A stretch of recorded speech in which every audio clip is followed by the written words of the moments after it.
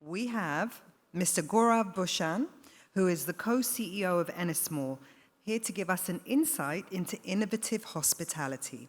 Mr. Bhushan has over 25 years of experience in hospitality, leisure, travel, and tourism, both at strategic and operational levels. Under his leadership, Accor's footprint experienced an unprecedented expansion and grew its brand portfolio from 12 to over 40 brands. In October 2021, in addition to being CEO of the lifestyle and leisure brands for Accor, Gaurav became a co-CEO of Ennismore, a joint venture with Accor. Put your hands together, please, for Mr. Bhushan. I think we have a short video to play with sound.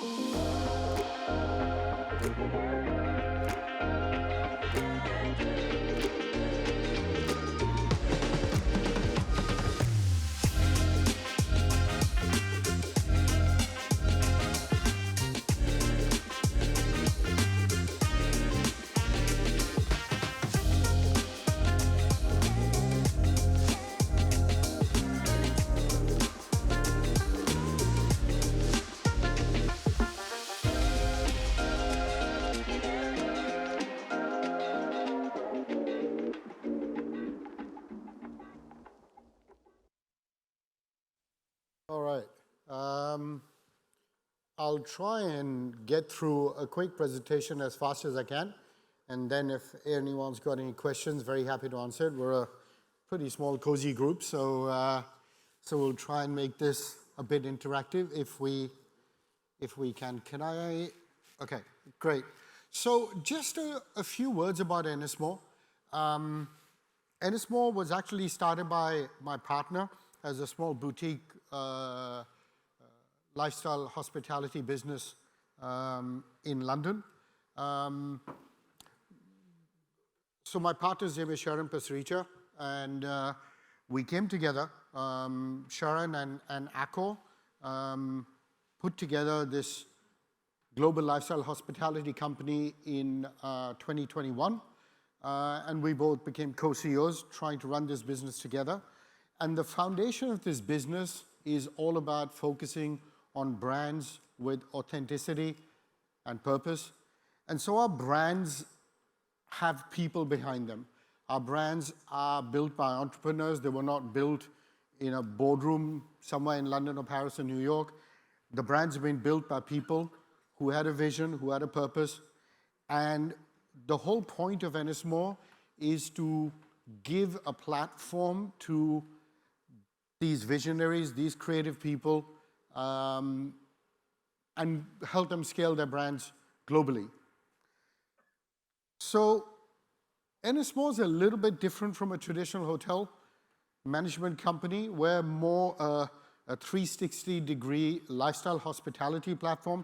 And you can see the hotel or the rooms management component is just one piece of the puzzle. We do a lot more than that. And there's a lot of focus around the F&B space, restaurants and bars. We run membership clubs. We do a lot of branded residential. We do integrated resorts, theme parks. And we have a very active co-working business. And all of that is supported by a lot of what we do in-house, which is we have our own digital and distribution platform, our own booking engine. We do all our digital ourselves. We don't outsource it to anyone. We have a fairly substantial focus on driving all our own brand websites, both the technical and the marketing aspects of it. We've built our own booking engine. We have a partnership studio in New York that collabs with all the biggest brands all over the world together with our hotels. We do our own interior design for a lot of our brands, our own graphics design. And we have a fairly big F&B platform which sits quite independent of the hotel business that I'll tell you a bit more about. Sorry, this is an important piece. This is what I was talking about. So these are a lot of our brand founders. That's not the full list, but just to give you a sense of these are live, real people that we work with every day. They keep our brands fresh, they keep our brands innovative, and they work with me and my team every single day to make sure that everywhere where we go and open our properties, our restaurants, our bars, our resorts, our clubs, that they stay true to the brand DNA and they stay relevant to the market. Ennismore is very much part of the Accor family, so we work very closely with Accor on anything that needs scale and distribution. So part of the distribution, the loyalty, the IT platform, the global sales, so all the benefits that we can get from the global scale of Accor, we take that, but everything that is what the customer's touching, feeling, seeing, we operate that and drive that quite autonomously. So it's a good balance of making sure that we're curating a real experience for our customers and our guests, but still getting all the benefits of Accor in terms of global distribution and scale. Why are we in this space, and why do we think there is an opportunity in this space? And if you look at the trends of luxury and lifestyle, it's unmistakably a very strong growth segment. If you look at just the industry we're in, today 7% of the existing rooms worldwide branded are luxury and lifestyle. But the pipeline is almost 3 times that. So that really gives you an indication of where the market is going. Because investors and owners respond to customer trends. And if you look at this particular slide, you will see luxury hospitality actually is demonstrating the fastest growth in the overall luxury segment. And people are spending more and more on experiences than they were before. And you would have seen a lot of news, and it's reflecting the share price of a lot of luxury goods companies. Sales of luxury goods are slowing down. But it's not necessarily the case for luxury experiences. That continues to be strong and continues to be resilient as long as you have a real product to sell. If you're not gimmicky, if you're authentic, if you have something serious, people will buy it and people are continuing to buy it. And we are still seeing double-digit RevPAR growth, double-digit revenue growth for a lot of our brands in difficult markets. So what makes lifestyle hotels unique? We classify it as 3 elements. There's a lot of storytelling behind each of these brands, which was built up by the founders. F&B, culinary destinations, it's a huge focus for us, and I'll tell you about that. And programming. This is the essence of what we focus on, not because it's fun, because it drives incremental revenue and EBITDA. Programming is at the heart of what we do. And what does that mean? It is how do you curate every square meter of your asset to drive incremental revenue? In the end, that's what it's about. And that's what we focus on. We have 3 different lines of business. We have our lifestyle hotels, we have our immersive resorts, and we have our F&B business. And you'll hopefully be familiar with some of the brands. Our brands are very young. We're a very young company. We're literally 3 or 4 years old. But some of the brands have been around in different parts of the world for a few more years. So on the lifestyle hotel side, some of the brands you might know well, and they are quite well represented in this city. 25 Hours, Mama Shelter, Delano, Mondrian, SLS. Hopefully you know some of these. On our resort side, we have Rixos, which is a real market leader in luxury all-inclusive. And then we have our F&B business, which is close to 100 independent venues, between Europe and the Middle East under two platforms. One is Paris Society, and the other one is Ricas. And then we have a lot of partner brands. You may know some of these brands. Gleneagles out of Scotland is part of the Ennismore platform. Faina, which is probably one of the most successful luxury lifestyle hotels in the US, in Miami, and opening in New York later this year, and then Banyan Tree. Fairly well spread worldwide. A big chunk of the business is in the Middle East, but really growing well in all parts of the world. About 170 plus operating hotels, another 130 or so in the pipeline. We've kind of doubled our network over the last 2 to 3 years, responding to the growth that we are seeing in this segment. We're trying to grow carefully. Whilst we're growing fast, we're trying to grow carefully because we're not in the volume business. What we do is complicated. It takes time, it takes effort, and the curation of these types of properties takes a lot of effort. So we can't deliver at mass market scale. So whilst we're growing fast, we are quite careful about where we go and how we do it, so we can actually, in the end, deliver tangible results. So this is how we think about our brands. We don't think about our brands only in terms of price, but by experience and narrative. So you'll see the brand spread across from luxury to everyday, from bold to refined. So it's not just purely focusing on what the price point is. It's the experience that is defining the price point and also defining the style and type of brand that you want to put in each of those markets. So just to give you a sense of the type of look and feel that we try to instill in some of our brands, and real storytelling backed by real design content in each of the brands. Taking 3 brands, for example, Hyde, Delano, and SLS, all 3 are actually operating in Dubai. So if you have a chance, I'd love for you to go and see them. And hopefully you will see by the storytelling, by the interior design, by our graphics, it's all trying to pitch a certain style of hotel, a certain demographic, and a certain target customer, right? And that's the focus. The focus is not just, let's do a beautiful hotel, let's put a couple of restaurants. You can't be everything to everyone. And you have to focus on who you're going after and be really, really good at that. And that's what we try to do with each of our brands. A bit about the F&B, I've mentioned that to you. So we run over 500 F&B venues across our hotels. F&B is at least half our revenue, and we don't do a lot of banquets. This is all restaurants, nightlife, entertainment. So why do we index on this? Why is F&B so important? Because traditional hospitality operators, we guys aren't really that good at F&B, frankly. We think we are, but I'm not sure that's true. What we try to do with Ennismore is go exactly in the direction that no one else wants to do, because I absolutely believe that you can't be credible in the luxury lifestyle space if you're not good at F&B. This is the essence. How do you create an experience? You can have a very nice designed hotel, but if you can't create and animate and activate your spaces, how are you going to deliver a result? And the most effective way to do that is through your F&B venues.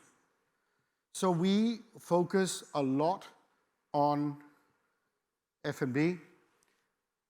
These are some of our brands. We have over 40 F&B brands spread across all cuisines, operating worldwide. You may have seen some of these on your travels in Europe and the Middle East.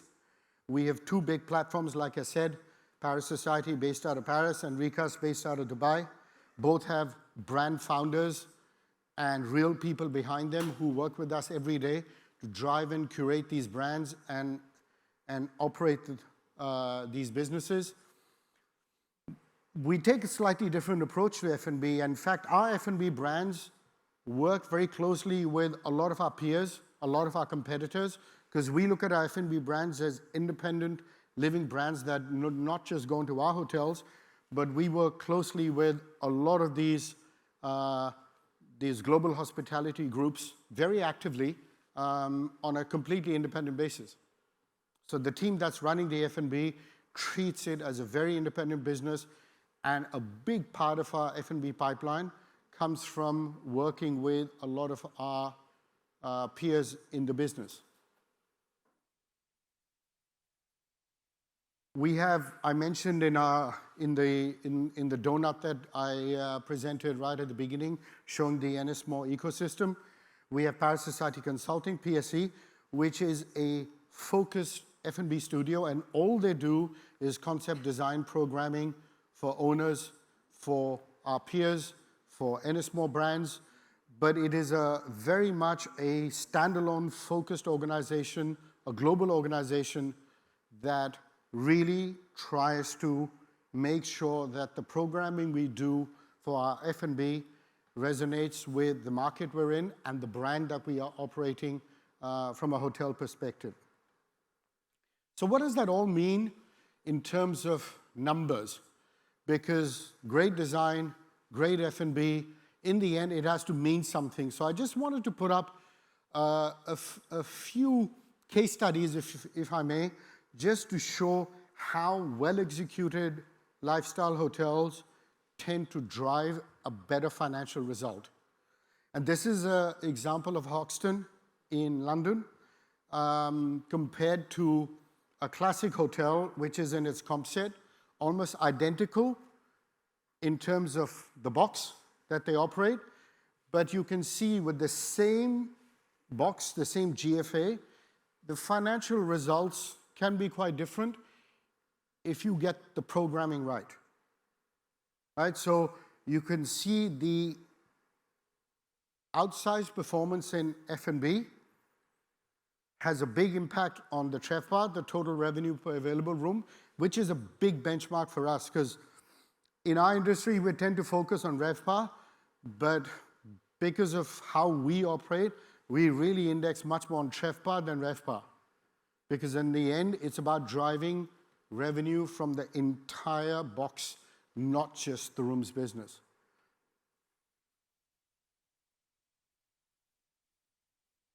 This is an interesting case study, a live one, and since you're in Dubai and if you have a bit of time, I'd invite you to have a look at the Delano and the Banyan Tree at Bluewater that we just opened recently. The Banyan Tree opened a year ago together with our partners. We have a co-management agreement with Banyan Tree out of Singapore, which works super well. We help them grow their brand in the Middle East and Europe. So we took over what was Caesar's Palace and took one part of the building and branded it a Banyan Tree, and another one as Delano. So one is a very Eastern-inspired, wellness-inspired luxury experience, and the other one is out of Miami, luxury lifestyle, chic luxury lifestyle experience. So we created two different experiences, multiple different destinations, 9 F&B outlets, 4 beach clubs, 1,000 sunbeds, a whole different experience, and that translates into what you can see fairly quickly, an improved financial result. So we are up in our first year, over 50% in RevPAR, and we hope to almost double the RevPAR over the next 2 to 3 years. But year one, we're up 50%, almost up 50% on EBITDA, and we will double the EBITDA of this entire complex over the next 3 years. Same box, different programming, and the payback on the additional capex to the owner is about 3 years, including the ramp up. So it is really trying to make sure that all the fun bits of designing and creating lively entertainment spaces actually deliver a concrete financial result to our owners. This is another case in point, successful F&B. We have a standalone restaurant. We have a brand called Gigi, which is maybe familiar to some of you. It's a well-known Italian restaurant brand that we launched in Paris, Saint-Tropez, third one in Dubai. We just opened it a few months ago. In our first year, we think we'll achieve a revenue in excess of 24 million euros, one single restaurant. So again, it is about focusing, creating a true concept, and then executing that to perfection to drive a successful financial result. Some of you may be familiar with Rixos, which is a dominant luxury all-inclusive player. That's part of the Ennismore platform. Resorts are a big piece. 50% or more of our entire business is resorts. And the financial performance of these hotels is absolutely outstanding. If you look at our UAE RGI, it stands at 130 plus across the whole portfolio. Great average length of stay, and the margins are really, really strong because we operate at scale. Average hotel size of 500 keys. So these properties make real money. They outperform their peers because we have the right programming, the right entertainment, the right wellness, the right kids club. I mean, we talk about kids club. Some of our kids facilities in Rixos is 2,500, 3,000 square meters. We just opened a property in Egypt which has a 5,000 square meter facility only for kids.